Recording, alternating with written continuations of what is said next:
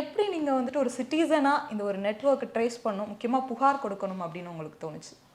புகார் கொடுக்கணுன்றது வந்து நான் ஃபஸ்ட்டு எனக்கும் குழந்த இருக்கான் ஒன்று, அதான் ஒரு 1.25 வயசு குழந்த இருக்கான். ஸோ அதில் அவன் கொஞ்சம் ப்ரீமெச்சூர்ட் பேபி. அதனால் எனக்கு அதுலேருந்தே எனக்கு குழந்தைங்கன்னா கொஞ்சம் பார்த்து இது பண்ணுறது. ஸோ எனக்கு வந்து இந்த நெட்வொர்க் வருது ஒரு ஒரு தெரிஞ்சவங்க மூலயமா வரும்போது, இதை நான் வந்து அப்படியே விட்டுறாமல் அந்த டைமில் தான் நான் அந்த இப்போ ரிலீஸ் ஆன அந்த படம் வேறு பார்க்குறேன். டிஎன்ஏன்னு ஒரு படம் வந்து டிஎன்ஏ அதர்வா அதர்வாது அந்த படம் பார்த்தோடனே அது பார்க்கும்போதே எனக்கு ரொம்ப மனசு கஷ்டமாக இருந்துச்சு, என்ன இப்படிலாம் நடக்குதுன்ட்டு. அதை பார்த்து 2 நாளில் நம்மளுக்கு இப்படி வரும்போது அதுக்கான சரி ஓகே அடுத்த கட்ட நடவடிக்கை நம்ம தான் எடுத்து ஆகணும், வேறு வழி கிடையாதுன்னு இறங்கிச்சு. ஓகே, நீங்கள் தெரிஞ்ச உடனே போய் நீங்கள் போலீஸ்கிட்ட சொல்லாமல் லைக் ட்ரேஸ் பண்ணுறதுக்கான ஓகே நம்ம முதல்ல இது என்னன்னு தெரிஞ்சுப்போம் அப்படிங்கிற ஒரு விஷயம் உங்களுக்கு தோணுச்சுல்ல? ஆமாம் மேம்.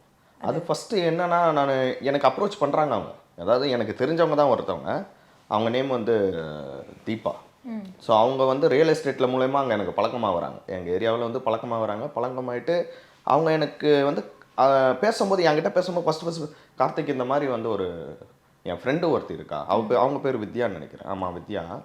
அவங்க வந்து இந்த மாதிரி குழந்தை சேல்ஸ் பண்ணுறேன் யாருன்னா இருந்தால் சொல்லுன்னு வாட்ஸ்அப் மூலயமா இவங்க பேசிக்கிறாங்க.